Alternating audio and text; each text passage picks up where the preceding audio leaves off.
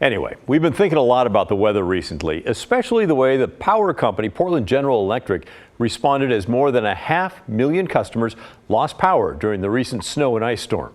And that is our big story tonight.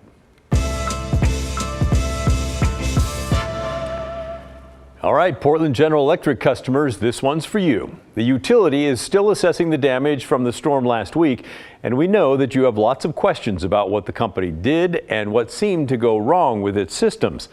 But so does a group called the Citizens Utility Board. We'll hear from their executive director in a moment. First, let's agree that this was a super powerful storm. Lots of rain and then snow and then freezing rain and ice that just didn't seem to want to go away. Some folks were without power for a full week, a few even longer than that. PGE, the Portland area's largest power utility, released data Monday showing what happened over that week. At the height of the storm, 165,000 customers were without power. A customer is just 1 meter, so there's a lot more people than that impacted. Throughout the 9 days, a total of customer outages hit 524,600. PGE had 1,800 people, including crews and support staff, working on fixing all that.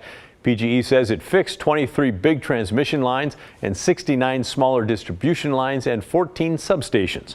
599 transformers blew. I heard some in my neighborhood. 348 power poles and 1,333 crossarms were fixed as well. Okay, so the storm hit PGE customers hard, and the utility had a ton of work to do getting everyone back up and running. Now, I've asked for a sit-down interview with Maria Pope. She's PGE's CEO. I want to talk about what went right and what went wrong. Her people have politely declined for now and said, maybe later, so we'll see. Which leads to the question, is there any other way to get tough questions answered by PGE? Well, it turns out, yes, there is. And it will likely come from a man named Bob Jenks. He's the executive director of that group you may never have heard of, the Oregon Citizens Utility Board.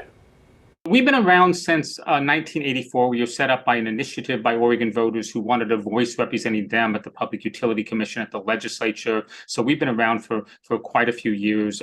This is going to be our 30th anniversary. During that time, we've literally saved customers somewhere in the neighborhood of $9 billion by fighting unnecessary rate increases, stopping utilities from making bad investments, a whole series of things like that. So that's really how we do the work. We've got a staff of 10 people, so we're still a relatively small organization. We're a bit larger than we were in, say, the 90s, but we're not huge, and there's 6 utilities in Oregon that are regulated. So you do have an advocate in this group. They're funded by a mix of individual contributions, grants, paid sponsorships of energy conferences that they hold and other events as well. And sometimes they get money from the Public Utilities Commission, or the PUC, to work on behalf of customers during PUC proceedings. Now, the Public Utilities Commission is the big group that approves rate hikes for companies like PGE. They're super important. The Citizens Utility Board does not do that, but they are experts in this field and they can influence the regulators who do decide it. Okay, very interesting, you say, and so what? Well, how are they going to ask tough questions of PGE? It's because PGE is expected to gather up all the expenses that they paid out during this storm and then ask the PUC for yet another rate hike so that you customers can basically pay PGE back for all the work they did. And the Citizens Utility Board can fight that and demand information from the company.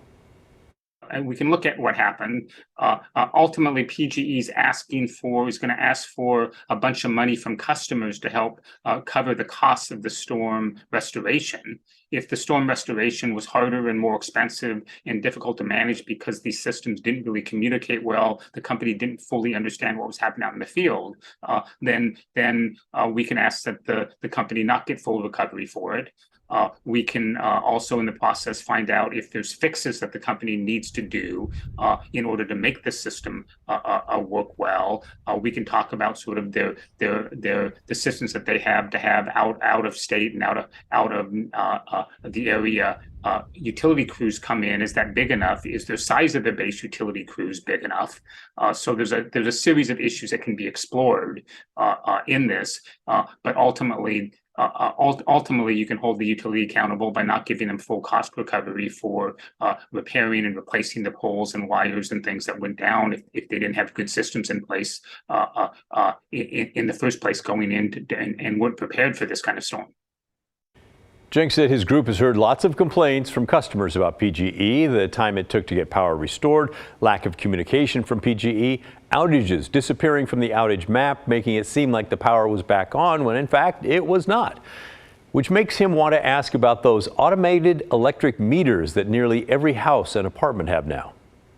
Us because our understanding from the PGE's automated meter system is that PGE, every meter pings back to the company every 15 minutes. And if you don't have power in your house, the company should know that. And the company shouldn't be thinking a house has power restored if it doesn't, because it shouldn't be getting that. It's not getting that signal. So some of the problems we're hearing about don't quite fit with our understanding of the system. So it does raise questions, and we do think there's a need to follow up and understand how their manual outage reporting and their systematic outage reporting work, and just why it took so long, and whether these communication channels can be improved in a way to really improve customers' experience. But there was a lot of frustration out there in PG customers.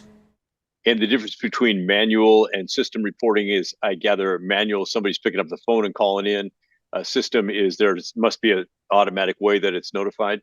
Yes, exactly. Somebody, the old traditional way is to know about an outage, somebody's got to call in and report it. But when they went into automated meters, all meters read every 15 minutes. So every 15 minutes, my meter is telling PGE how much power I used in the last 15 minutes. But my meter is also telling the company in the process that it's alive, that it's working.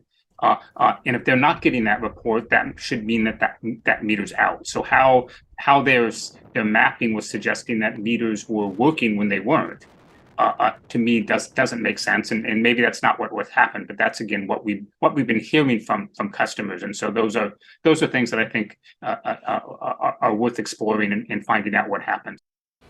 And we'll let you know how that goes. So what are your thoughts about all this? Did you lose power? Do you think PGE did a pretty good job considering the conditions, or maybe not so much? Let us know, will you? You can email us. The address is thestory@kgw.com, or call and leave a voicemail. The number is 503-226-5090. And you can bet we will be following the story in the weeks to come as PGE begins to submit reports on what went wrong and why, and if PGE customers will be on the hook to pay for it in the months to come, which would be on top of the big increase that already took effect this month.